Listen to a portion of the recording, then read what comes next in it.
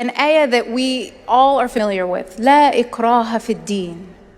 And if you read that entire ayah, what you find, interestingly, is the idea that, لا إكراه في الدين, there is no compulsion in religion because truth is made clear from falsehood. So anyone who leaves falsehood and is holding on the only trustworthy handhold of Allah is the one that is rightly guided. When we trust in Allah, when we trust in God, we don't force ourselves. We don't force our beliefs on others. Freedom of conscience is enshrined in our scripture.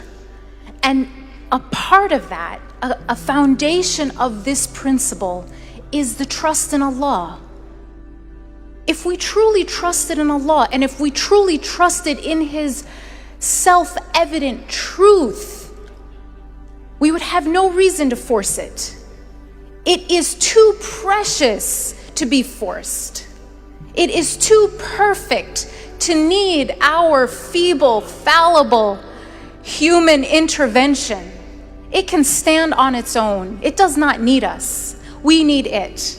So trust in God gives people freedom. It gives people freedom of conscience. It gives people the freedom to choose. Because it gives us the confidence in what we believe. Because forcing things on others is from a place of weakness, not from a place of strength. Trust in God gives believers the confidence to never force their thoughts on others.